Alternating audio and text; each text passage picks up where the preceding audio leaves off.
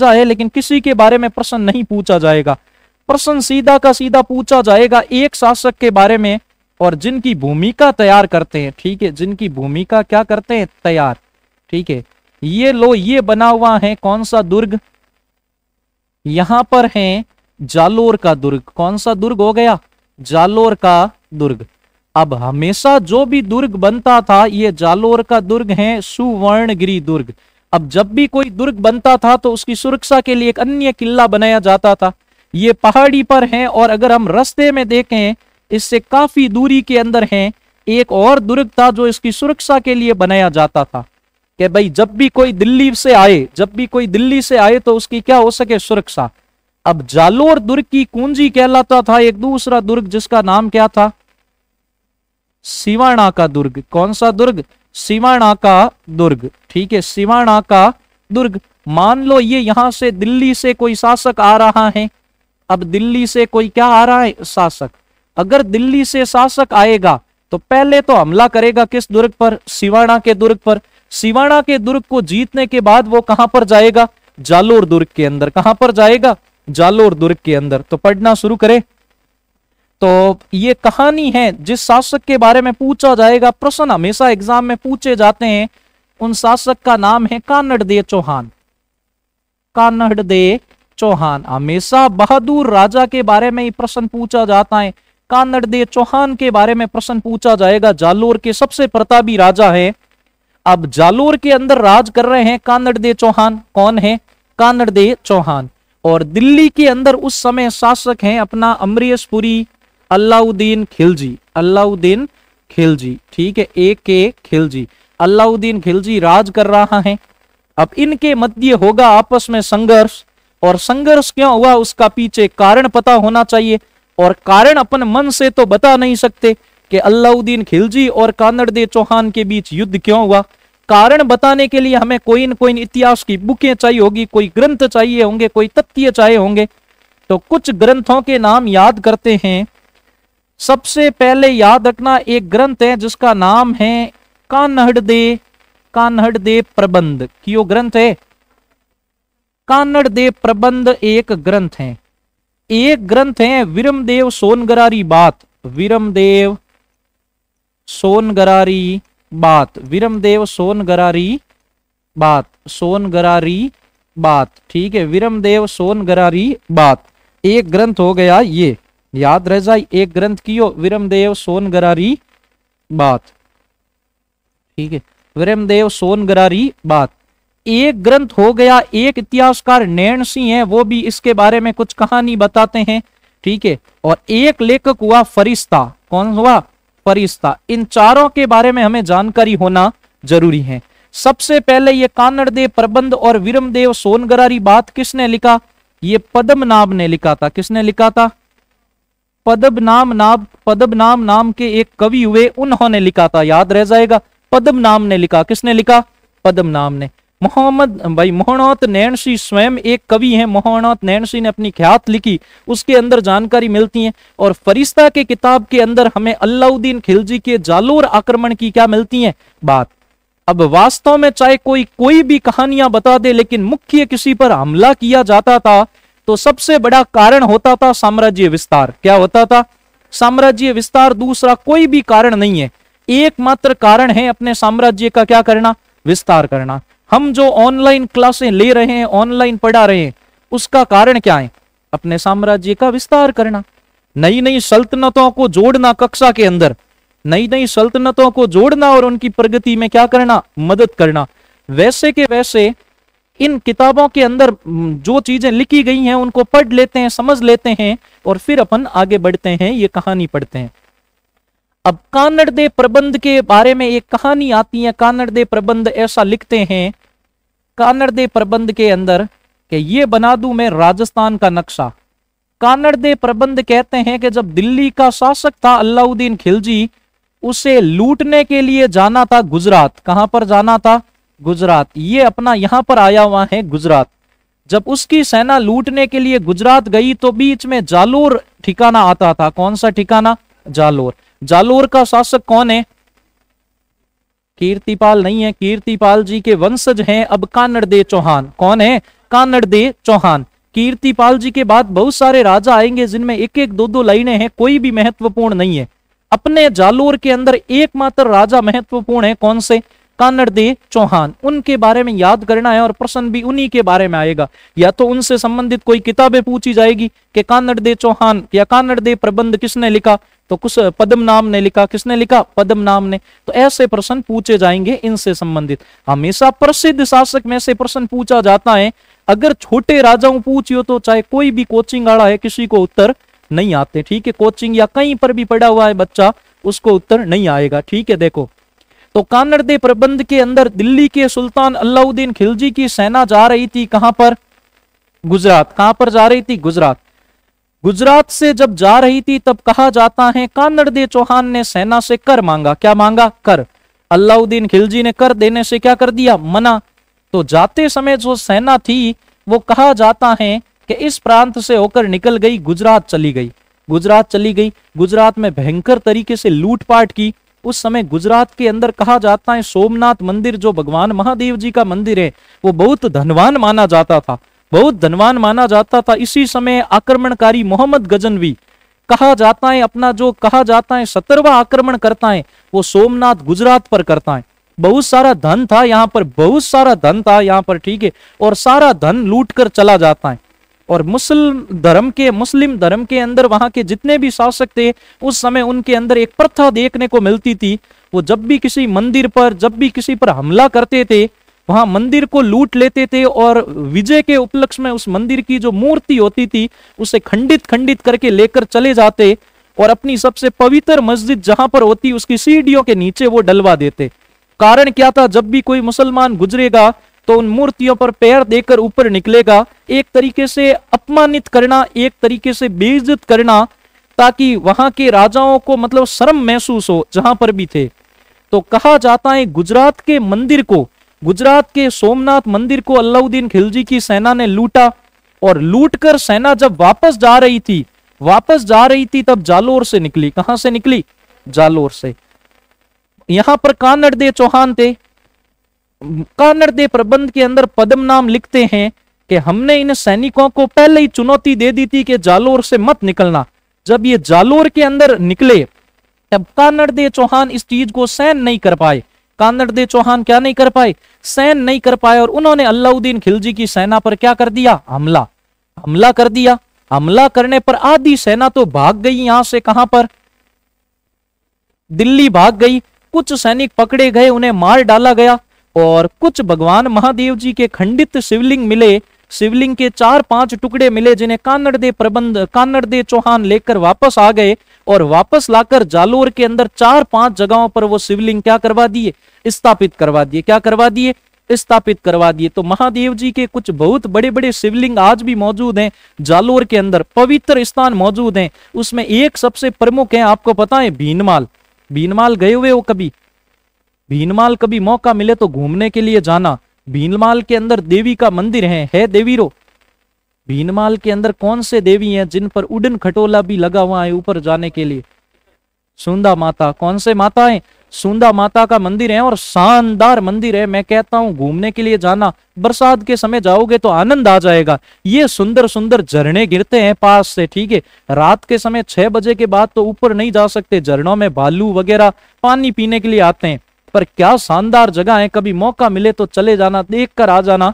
शानदार जगह है देखने के लिए। ठीक है, शानदार जगह है। कभी जिंदगी में मौका मिले तो सुंदा माता के घूमने के लिए जाना भीनमाल। वहां पर भीनमाल के अंदर एक बहुत बड़ा शिवलिंग बना हुआ है। सुंदा माता मुख्यतः, ठीक है, चामुंडा माता के अवतार माने जाते हैं। तो शिव और शक्ति का वहां पर कहा जाता है कि एक साथ उनकी पूजा की जाती है। शिव और शक्ति की दोनों की एक साथ पूजा होती है वहां पर। कभी मौका मिले तो घूमने के लिए जाना। तो वापस जब सेना जा रही थी तब कानड़दे चौहान इन पर हमला कर देते हैं। हमला करके वो 5 शिवलिंग मिलते हैं, टुकड़े मिलते हैं और इनको अलग अलग जगह जालोर में क्या करवा देते हैं? स्थापित करवा देते हैं। और अलाउद्दीन खिलजी की सेना चली गई कहां पर? दिल्ली। कहां पर चली गई? दिल्ली। दिल्ली जाकर अलाउद्दीन खिलजी की सेना ने जाकर अलाउद्दीन खिलजी के कान भरना शुरू किए कि वापस आती हुई निर्दोष सेना पर कानड़दे चौहान ने क्या किया? हमला। और हमला किया और हमारी सेना पर हमला किया। और बादशाह आपके बारे में भी अब शब्द कहे। क्या कहे? इन तरीके हम लूण मिर्चों लगान तो केव नहीं आदत होया करे, ठीक है। ऐसे कहा। अलाउद्दीन खिलजी कहा जाता है, इस वजह से सेना लेकर आया और जालोर पर क्या किया, हमला किया, हमला किया। और बताया करे पहलो कारण किन में, कानड़ दे प्रबंध के अंदर जो पद्म नाम ने लिखा ये कहानी आती है। कड़ तक ये लागे, क्या ये युद्ध का कारण हो सकता है, आपको क्या लगता है? चलो हो सकता है। एक और कारण पढ़ते हैं किन में, हाँ विरमदेव सोनगरारी बात, ठीक है। ये भी पद्म नाम नहीं लिखा, इसके अंदर वो अलग कहानी बताते हैं। क्या बताते हैं देखो, अब ऐसा कहते हैं कि भाई 1305 के अंदर अलाउद्दीन खिलजी ने हमला किया, अपने सेनापति को भेजकर कानड़ दे चौहान और कानड़ दे चौहान के बीच युद्ध हुआ। 1305 को युद्ध हुआ जिसमें आपस में युद्ध में, ठीक है, दोनों के बीच संधि हो जाती है। कानड़ दे चौहान और अलाउद्दीन के सेनापति के बीच संधि हो जाती है। संधि के तहत ये शर्त रखी जाती है कि कानड़ दे चौहान या उनके पुत्र को जाना पड़ेगा कहां पर, दिल्ली। कहां पर जाना पड़ेगा, दिल्ली। अब कानड़ दे चौहान स्वयं तो गए नहीं और अपने पुत्र थे विरमदेव चौहान, कौन थे, विरमदेव चौहान, इनको भेज दिया कहां पर, दिल्ली। विरमदेव चौहान को दिल्ली भेज दिया, ठीक है। संधि के तहत वहां जाना पड़ता था राजा के दरबार में, तो दिल्ली भेज दिया। विरमदेव चौहान वहां पर गए। ये कहानी कहां पर आती है, विरमदेव चौहान सोनगरा की बात।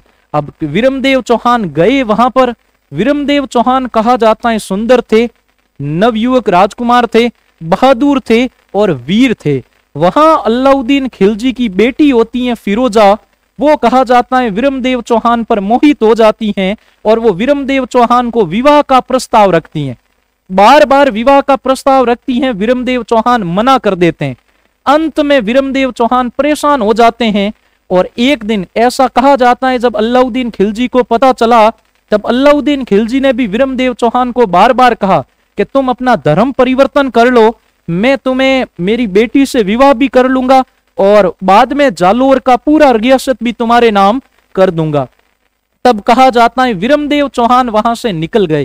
भाई कहा जाता है विरमदेव चौहान ने एक दोहा कहा था कि ठीक है कि मामा लाजे भाटिया कुल लाजे चौहान, मामा लाजे भाटिया कुल लाजे चौहान, ठीक है। जे में परणु तुरकड़ी सूरज उग पश्चिम उगे भाण, पश्चिम उगे भाण, के मामा मारा भाटिया, यानी ममाणिया कौन है, मामाणिया मारे भाटी जातियों संबंधित है। अगर मैं किसी तुर्कनी से विवाह करता हूं तो मेरे मामाणिया बोने भी नीचो देखना पड़े, उनका भी सर झुक जाता है अगर मैं ऐसा कार्य कर लेता हूं। आज के समय भी कोई अंतर जातीय विवाह कर लेता है तो उनके परिवार वालों को सभी को लज्जित होना पड़ता है, होता पड़ता है कि नहीं। अगर अंतर जातीय किसी दूसरी जाति में विवाह कर ले तो उस समय तो बड़ी बात थी।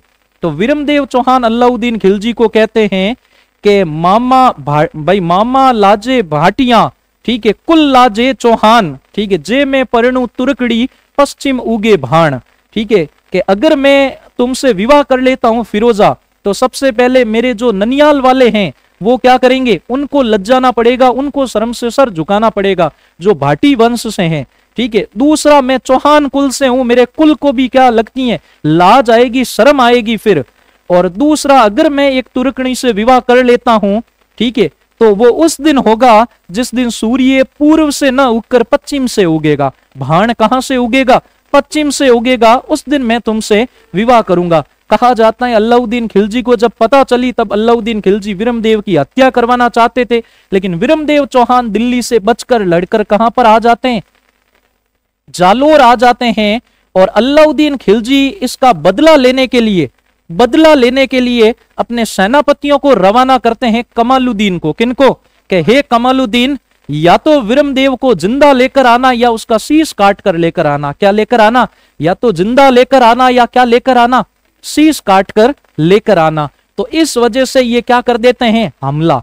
ये होती है दूसरी कहानी, किसमें लिखी गई है, विरमदेव सोनगरा की बात। इस कहानी में क्या होगा आगे वो हम जालोर के अंदर जब आएंगे साके के अंदर पढ़ लेंगे इस घटना में आगे क्या हुआ, ठीक है। और तीसरी कहानी आती है किसमें, नैणसी की ख्यात में। किसमें आती है, नैणसी की ख्यात के अंदर। नैणसी की कहानी भी लगभग मिलती जुलती है इन दोनों कहानियों से। नैणसी भी लगभग इसी कहानी को क्या कर लेते हैं, स्वीकार कर लेते हैं, दोनों की मिलती जुलती कहानी मिलती है जो उसमें बताया गया। और तीसरी कहानी आती है फरिश्ता के द्वारा। किसके द्वारा? फरिश्ता के द्वारा। फरिश्ता ऐसा कहते हैं कि भाई उस समय विरमदेव चौहान न जाकर संधि के तहत कानड़देव चौहान खुद गए। कौन गए? कानड़देव चौहान खुद गए और अलाउद्दीन खिलजी ने बड़ी दरबार में एक चुनौती दी कि है कोई भारतवर्ष के ऐसा राजा जो मुझसे टकरा सके? क्या किसी ने, ठीक है, कि भाई क्या भारत की मिट्टी ने शेर को उत्पन्न करना बंद कर दिया है? ऐसे चुनौती दी। और भी कुछ शब्द कहे होंगे।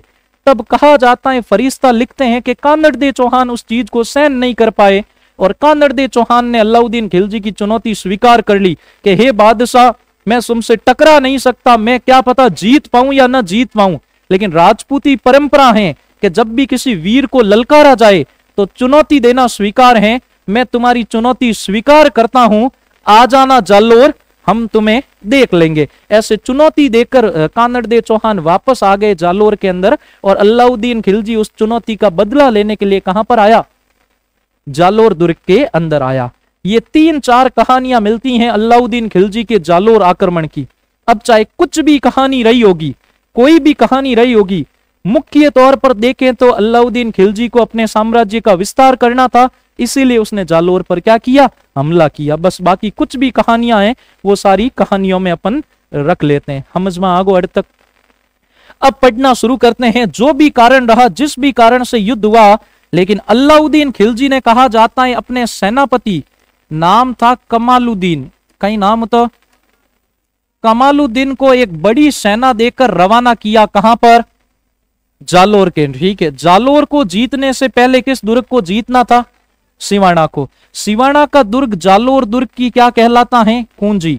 जालोर दुर्ग की क्या कहलाता था? कुंजी कहलाता था। और मारवाड़ के राजाओं की क्या कहलाती हैं?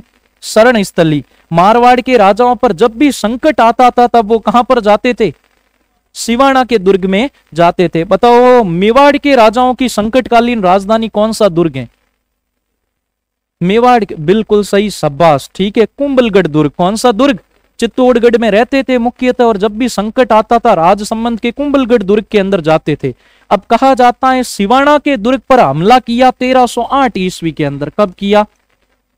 1308 ईस्वी के अंदर हमला किया जाता है कमालुद्दीन के द्वारा। यहां पर उस समय कौन है भाई? यहां पर उस समय कौन है जब 1308 में हमला किया जाएगा? तो कानड़देव चौहान के सेनापति हैं जिसका नाम है शीतल दे। क्या नाम है? शीतल दे। कहीं नाम है? सिवाना का दुर्ग अब किनके पास है? शीतल दे के पास है। किनके पास? शीतल दे के पास। साथ में अमीर खुसरो भी आया, कमालुद्दीन भी थे और सिवाना के दुर्ग को घेर दिया। सिवाना के दुर्ग को क्या कर दिया? घेर दिया। कई दिनों तक इस दुर्ग को जीत नहीं पाए, कई समय तक इसकी घेराबंदी रही। आखिर कमालुद्दीन को लगा कि अगर जीत नहीं पाए तो बादशाह के सामने बहुत बड़ी बेइज्जती होगी, कैसे ही करके इसको जीता जाए। अब सिवाना के दुर्ग को जीता नहीं गया। तब कहा जाता है यहां पर एक व्यक्ति था जिसका नाम था भावला। कई नाम तो भावला। भावला नाम का एक व्यक्ति था। कमालुद्दीन ने इससे संधि कर ली और इस भावला ने, कहा जाता है, दुर्ग के अंदर एकमात्र पानी का स्रोत था। आज भी तालाब बना हुआ है सिवाना के अंदर। उस एकमात्र पानी के तालाब में गौ रक्त मिला दिया। क्या मिला दिया? गौ रक्त मिला दिया। और गौ रक्त मिलाने के बाद देखो, पहले के समय में चाहे कितने भी मजबूर क्यों न हो जाए, धर्म का बहुत बड़ा महत्व होता था। धर्म को बहुत बहुत महत्वपूर्ण माना जाता था। आज जैसे हम खाने पीने में ध्यान नहीं रखते, किसी होटल पर खाना खा लेते हैं, भाई कोई मांसाहारी होटल है जहां पर मांस बनता है, ठीक है, वहां पर मांसाहार बना और हम वहीं जाकर खाना खा लेते हैं, ठीक है भाई, मैं ये नहीं कहता, ठीक है, लेकिन पहले के समय में गौ रक्त मिला हुआ पानी नहीं पीते थे, चाहे कुछ भी हो जाए, अत्यधिक ख्याल रखा जाता था पहले के समय में। तो गौ रक्त मिला दिया गया भावला पंवार के द्वारा, जिससे वहां के सैनिकों को अब अंदर खाने पीने की कमी महसूस हो गई। और कहा जाता है शीतल दे के नेतृत्व में सेना बाहर निकली। बाहर निकल शीतल दे ने तो किया केसरिया। क्या किया? शीतल दे के नेतृत्व में केसरिया हुआ। और शीतल दे की पत्नी थी मीणा दे। क्या नाम था? मीणा दे। मीणा दे के नेतृत्व में जौहर किया गया। मीणा दे के नेतृत्व में क्या हुआ? जौहर हुआ। तो इस भावला पंवार की गद्दारी के कारण सिवाना के अंदर जौहर हो गया।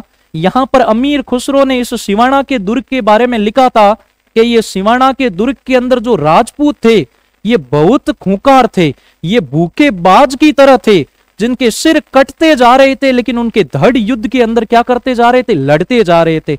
अमीर खुसरो ने यह टिप्पणी की थी, सिवाना के दुर्ग को जब जीत लिया जाता है तो हुआ क्या, शीतल दे के नेतृत्व में केसरिया हो जाता है और मीणा दे जौहर कर लेती हैं, और कमालुद्दीन के द्वारा 1308 ईस्वी के अंदर सिवाना को क्या कर लिया गया, जीत लिया गया।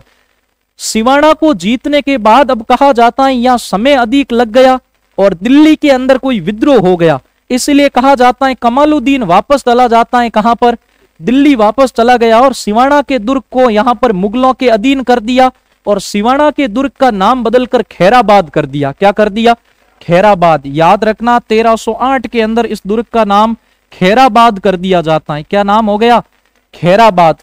जलालाबाद किसका नाम होगा, जलालाबाद नाम किया जाएगा, याद रखना, जालोर का। जब अलाउद्दीन खिलजी जीतेगा, अलाउद्दीन खिलजी ने सिवाना दुर्ग को जीतने के बाद उसका नाम खैराबाद कर दिया। चित्तौड़ दुर्ग को जीतने के बाद क्या नाम दिया गया, उल्टा उल्टा बोलो थे, ठीक है ठीक है। चित्तौड़, देखो उनका पुत्र था खिज्र खां, कहीं हो तो खिज्र खां ने सौंप दिया करे, खिज्र खां ने सौंप दे, ठीक है, खिज्र खां को सौंप दिया जाता है चित्तौड़ जीतने के बाद, तो खिजराबाद कहीं रहा किया करे, खिजराबाद। मोमीनाबाद किया जाता है आमेर के दुर्ग को, किन करिया करे, आमेर को कभी, ठीक है। देखो आगे पढ़ो, तो खैराबाद नाम कर देता है किस दुर्ग का, सिवाना को, और अपने आदमियों को क्या कर दिया, नियुक्त। और कमालुद्दीन वापस चला गया, कहां पर, दिल्ली चला गया। कहां पर चला गया, दिल्ली। कुछ समय के बाद कहा जाता है कि भाई कुछ समय वहां के दिल्ली के विद्रोह वगैरह शांत हो जाते हैं और कमालुद्दीन और अलाउद्दीन खिलजी के नेतृत्व में वापस सेना आती है और घेराबंदी कर देती है किसकी, जालोर की। किसकी घेराबंदी कर देती हैं, जालोर की घेराबंदी कर देती हैं और जालोर दुर्ग को घेर दिया जाता है। अब जालोर दुर्ग के बारे में, ठीक है, हसन निजामी नाम के एक इतिहासकार थे, वो ये लिखते हैं कि जालोर के दुर्ग को आज तक कोई ऐसा शक्तिशाली ताकतवर राजा नहीं हुआ जो जालोर के दरवाजों को तोड़ पाए। यानी दरवाजे दो ही जगह के प्रसिद्ध रहे, याद रखना इतिहास में।